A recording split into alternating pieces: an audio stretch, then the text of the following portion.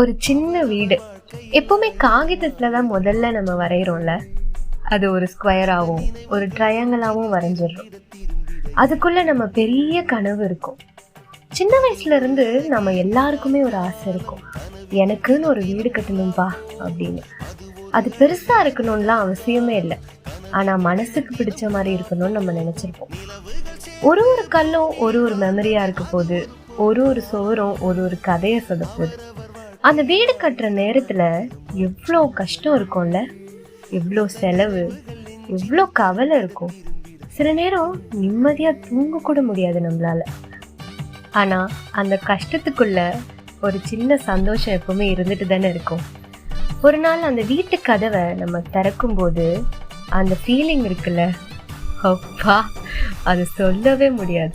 அது அவ்வளோ ஸ்பெஷலா இருக்கும். ஏன்னா அது நம்ம கட்டின வீடு, அது நம்ம உழைப்போட பலன் தானே.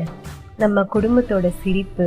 சின்ன வீடா இருந்தாலும் அதுக்குள்ள இருக்கிற அன்பு தான் அதை ரொம்ப பெருசா மாற்றும். மழை பெய்யும் போது அந்த கூரையில சத்தம், காலையில வெளிச்சம் உள்ள வர அந்த ஃபீலிங், இதுதானங்க வாழ்க்கை. இந்த மாதிரி ஒரு வீடு ஒவ்வொருத்தருக்கும் ஒரு நாள் நிச்சயம் வரும். கஷ்டம் இருந்தாலும் கனவை மட்டும் விட்டுறாதீங்க.